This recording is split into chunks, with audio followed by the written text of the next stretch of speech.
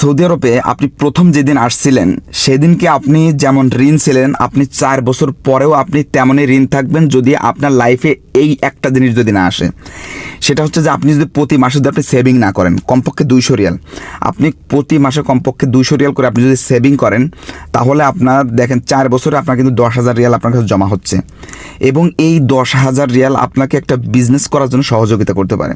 কিন্তু আমরা সেভিং না করার কারণে দেখেন আপনি প্রথম যেদিন আসছেন সেদিনও যেরকম ঋণ ছিলেন, 5 বছর 10 বছর বিদেশ করতেছেন, তখন দেখেন ঋণের পরিধি যেন আরও বেশি ক্যামরে। এর কারণ একটা যে আপনার সেভিং নাই এবং আপনি হিসাব কিতাব ছাড়া আপনি চলাফেরা করতেছেন। প্রবাসে আসলে হিসাব কিতাব থাকে না যে টাকা আসতেছে, যে চাচ্ছে তাকে টাকা দিচ্ছি, যে চাচ্ছে তাকে করতেছি, সহযোগিতা করতেছি। ভাইয়া আপনি কিন্তু প্রবাসে আসছেন কষ্ট করার জন্য, টাকা ইনকাম করতে, টাকা সেভ করার জন্য, কিন্তু আপনি সেটা না করে আপনি কি করতেছেন তার উল্টোটা। এই কারণে দেখেন 5 বছর পরে যে আপনার সেই একই রকমের আপনার কাছে ঋণ থেকে যাচ্ছে।